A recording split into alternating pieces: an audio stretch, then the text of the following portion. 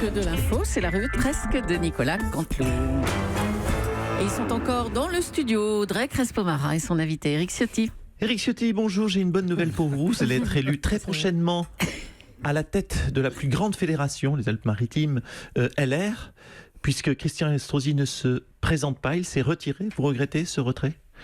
Oui, bonjour Madame Crespo-Mara.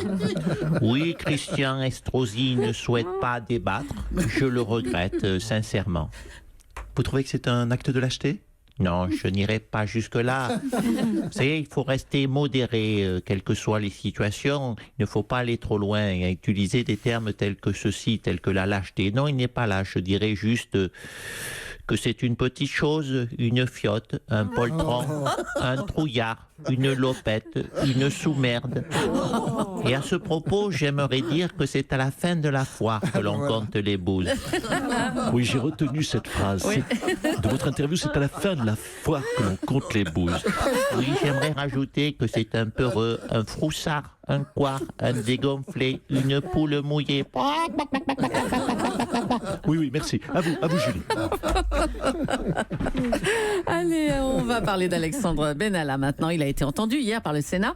Les sénateurs ont eu l'impression de se faire enfumer. On va voir ce qu'en dit la presse ce matin. C'est la revue de presse de notre ami David Abiker. Et oui, ma chère Julie, la presse se déchire ce matin sur le cas Benalla. On retient par exemple ce titre dans les Échos. Benalla enfume le Sénat, avec un sénateur qui déclare « Il nous a pris pour des jambons ».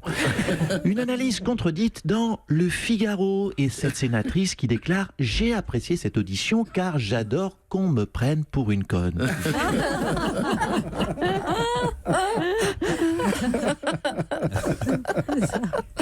Allez, je crois que c'est à moi, mais c'est pas un grand débat quand même. J'aimerais rajouter que dans Free Fight Magazine, Oui. qui en fait sa une, il est indiqué « Benalla fout une balayette au Sénat », tandis que le courrier des randonneurs précise « On a aimé ». Comment Benalla s'est promené durant cette commission. Et enfin, j'aimerais citer le mensuel du sadomaso qui titre « Le Sénat humilié en direct ». Et nous, non, Nico, s'il vous plaît, non, soyez gentil, ne me piquez pas le mensuel du sadomaso, c'est mon outil de travail. Son outil de Merci, travail. Merci à vous, David. Gérard Larcher, vous êtes président du Sénat. Quel est votre sentiment sur l'audition d'hier d'Alexandre Benalla ? Ah, bonjour Mme Julie, Bonjour. bonjour Liagas. On s'est fait enfumer. Fumer comme du saumon. Je veux, et je le dis, je tiens à une revanche. Il n'a pas joué le jeu. Reviens, si t'es un homme, Benalla. Oh, le Sénat a quand même réussi à le mettre en difficulté, notamment sur son port d'armes. Il a dit qu'il l'avait à titre personnel pour sa propre sécurité. Ben voyons, il est chargé de mission à l'Élysée. Il dit lui-même qu'il n'est même pas garde du corps. Je ne vois pas pourquoi il aurait une arme. Une arme, c'est pour les gens importants. Moi, par exemple, j'ai une arme. Attendez, redites-moi ça, vous avez une arme, vous ? Oui, et alors ? Bien sûr que j'ai une arme. Je vous signale que si Emmanuel Macron a un problème, c'est moi qui suis le numéro 2 et qui le remplace. Je ne suis pas juste un gros monsieur rigolo qui dirige une institution qui ne sert à rien. Bon, du coup, j'ai une arme. C'est un, voilà. C'est quoi ? Caché là, ici, c'est un lance-patate. Un lance-patate, oui. Oui, vous prenez une patate. Oui. Voilà, comme ceci, j'en prends une de ma poche. Oui, j'aurais toujours une dans ma poche pour grignoter quand je m'ennuie. Vous la mettez délicatement dans le tube, voilà. Et vous appuyez là. Oui. Oh là là. Et désolé pour la vitre de votre Bah studio. oui, quand même. Mais je vous rembourserai. Ah bah, on Nous avons espère des bien. frais Merci. généraux au Sénat. qui sont faits pour ça. Merci Gérard Larcher. Revenons sur ce sujet. Alexandre Benalla a donc déclaré que lorsqu'il portait une arme, c'était pour sa défense personnelle. Il s'agit d'un revolver de type Glock 43. Ouais, salut, c'est Mike Horn, Ah, bonjour. l'homme qui a plus de 800 espèces d'animaux sauvages en ami sur Facebook. Mike Horn. Mais qu'est-ce que vous voulez dire, vous, sur l'affaire Benalla ? Je dis qu'Alexandre Benalla, c'est la mauviette. Personne n'a besoin de l'arme à feu pour se défendre. Avec juste une simple branche de bambou et une grosse boulette de miel prélevée dans votre oreille au préalable, tu peux fabriquer une redoutable sarbacane C'est ça, qui oui. tue les bisons et les gazelles de Lubangishari. Julie, si ça vous intéresse, que je vous montre comment concevoir une matraque télescopique avec un rouleau de sopalin, un slip et des rognures d'ongles. Oh non, ça Je suis m'intéresse ton pas. homme. Non, non, merci beaucoup. Ça ira, Mike Horn. À bientôt. Ok. On a appris dans la presse qu'Emmanuel Macron n'avait pas apprécié la sortie de Gérard Collomb sur le manque d'humilité de l'exécutif. Ils se sont donc expliqués lors d'un dîner privé. Mais heureusement, un micro d'Europe 1 était là, caché sous la nappe. Bravo. Bonjour Monsieur le Président, vous avez fait votre choix? Alors je vais prendre le suprême de poulet. Alors à vous Monsieur Collomb, qu'est-ce qui vous ferait plaisir Monsieur le Ministre? Moi, je vais prendre la soupe. Oui, la dernière fois que j'ai pris du solide, j'ai laissé quelques dents. Bon Gérard, maintenant il faut qu'on parle, ok? C'est quoi ces Oui. conneries là? Je manque d'humilité. Moi je manque d'humilité? Non mais tu sais à qui tu Non, parles mais Gérard?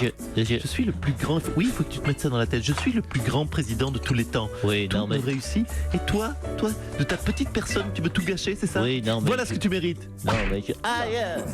Alexandre, s'il te plaît, aïe. tu fais doucement quand Non, même. mais je ne vous permets pas de me toucher, monsieur Benalla.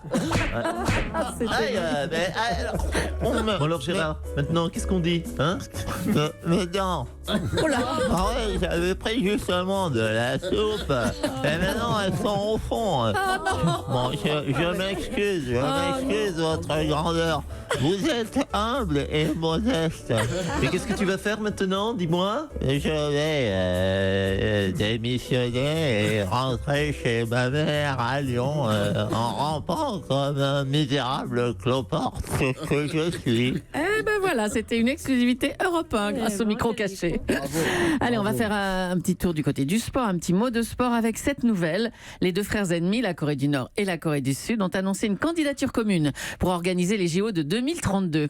Nelson Montfort, c'est incroyable, non? Vous trouvez pas? Oui, ma chère Julie, mon cher Nikos, bonjour à toute votre équipe. Bonjour Nelson. C'est une nouvelle extraordinaire, tout à fait. Je suis d'ailleurs déjà en Corée du Nord pour tester les infrastructures. Je suis en direct de la suite royale du plus beau palace de la capitale. Et ce que nous avons... Oh, putain, sale bête! Oh, il y a des bêtes! Et qu'est-ce qui se passe, Nelson? Non, oui, pardon, je suis juste une petite famille de cafards Oula. qui est venue me chatouiller le cou. Bref, je vous disais à l'instant, donc c'est sublime. Je disais, donc ma chère Julie, je suis dans une magnifique suite royale de 7 mètres carrés avec une vue imprenable sur le fleuron architectural du pays, une tour carrée en ciment tout gris. Vraiment, c'est magnifique. J'ai dégusté, pardonnez-moi, ma langue a fourché. J'ai dégusté hier une boîte de ravioles de chat errant. C'était exquis. Oh, écoutez, arrêtez, c'est répugnant. Et je ne vous parle pas des infrastructures sportives. Je reviens du bassin olympique pour les épreuves de natation. Et nager au milieu des nénuphars et des crapauds sera vraiment spectaculaire pour tous les athlètes olympiques. Oh, le tableau. Dès qu'ils auront bouché, bien sûr, les fissures et mis de l'eau à l'intérieur, cette piscine sera un écrin pour du beau sport vraiment extraordinaire. Oh, mais attendez, ça n'a rien d'extraordinaire, hein. Nelson, voyons. Non, écoutez, ma chère Julie. Qu'est-ce qu'il y a? J'ai 2 militaires du gouvernement collés au miche 24 heures sur 24. Donc évidemment, tout n'est pas génial, mais nous avons...